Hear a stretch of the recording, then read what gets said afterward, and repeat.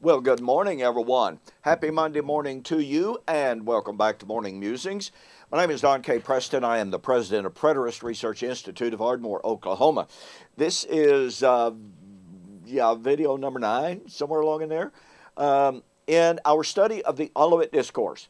We're spending time on the question of the disciples in Matthew chapter 24 and verse 3. Now remember, in chapter 23, Jesus had just predicted the fall of Jerusalem and the temple.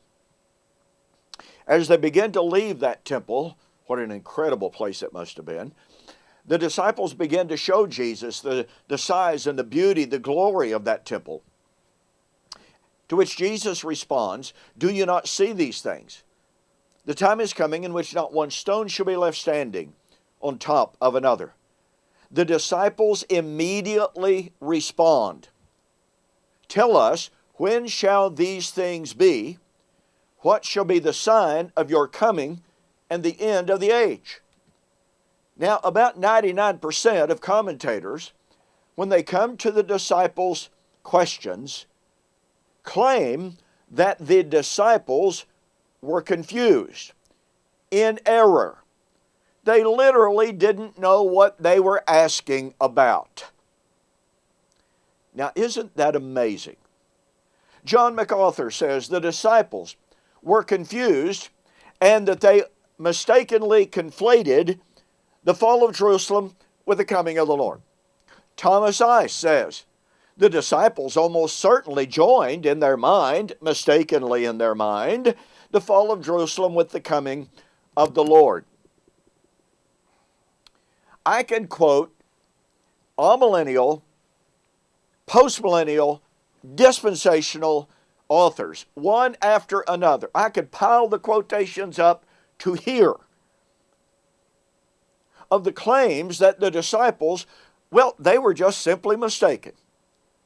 They were wrong. I mean, everybody knows, don't they, that the fall of Jerusalem and the coming of the Lord and the end of the age are two totally separate and distinct things. I mean, after all, the temple fell in AD 70, but the Lord hasn't come yet. The end of the age hasn't come yet. That's the way people think, but it's wrong. You know, John Calvin even said, it was impossible in the mind of the apostles for that grand edifice to fall unless it occurred at the end of time. Have you really stopped to think about such comments? And by the way, he expressed what many others express in the same way. The disciples could not imagine that temple being destroyed unless it was at the end of time. Well, ask yourself the following question. Wasn't that temple destroyed in BC 586? Yes, it was. Second question, did the disciples know that? Yes, they did. They even had feasts. According to Zechariah 8 and 9, they had 4 feast days to commemorate the siege and destruction of Jerusalem in BC 586. So yeah, the disciples knew about the fall of Jerusalem in BC 586. Oh, here's where it gets really interesting. Did the disciples conceive of that 586 BC judgment and destruction of Jerusalem? Did they know that it was ever called, pardon me, the day of the Lord? Do you catch the power of that question? If the disciples knew, and they did, that Jerusalem and the temple was destroyed in BC 586, and if it's true that BC 586 destruction of the temple was ever called the coming of the Lord, the day of the Lord, the parousia, then it is absolutely, totally illogical to assume and to claim, well, you know, when Jesus predicted the fall of that temple, they couldn't imagine that happening unless it was at the end of time. Because you see, if they knew that the temple fell and was destroyed in 586 BC, and if they knew that that was called the day of the Lord, the parousia, the coming of the Lord, then they literally had no basis upon which to think that the destruction of that temple that Jesus had just predicted would be destroyed could not happen until the so-called end of time. They had precedent. They had history for knowing the temple had been destroyed and it was the day of the Lord.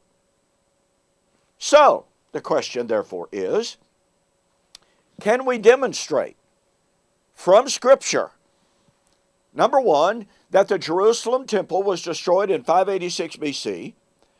Can we demonstrate that it was the destruction of, quote, heaven and earth, unquote? Can we document that it was called the day of the Lord, the coming of the Lord, the parousia? And the answer to that is unequivocally yes.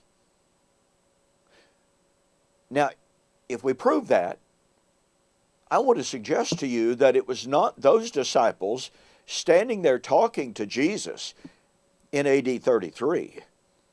It is the commentators who are either ignorant of those facts or who choose to ignore those facts that are in fact confused. So, tomorrow, I'm going to demonstrate for you that the disciples were fully aware, absolutely fully aware. Number one, the temple was destroyed in 586 BC. Number two, it was called the destruction of heaven and earth. Number three, it was called the day of the Lord, the coming of the Lord.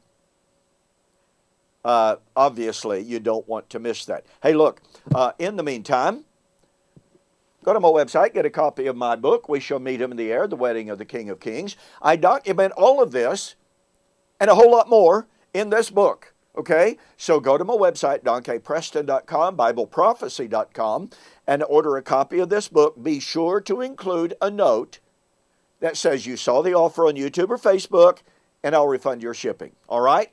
Okay, so again, you don't want to miss it. Tomorrow, I'm going to show to you from Scripture explicit statements that the fall of Jerusalem in 586 was the day of the Lord. I'll see you on the flip side.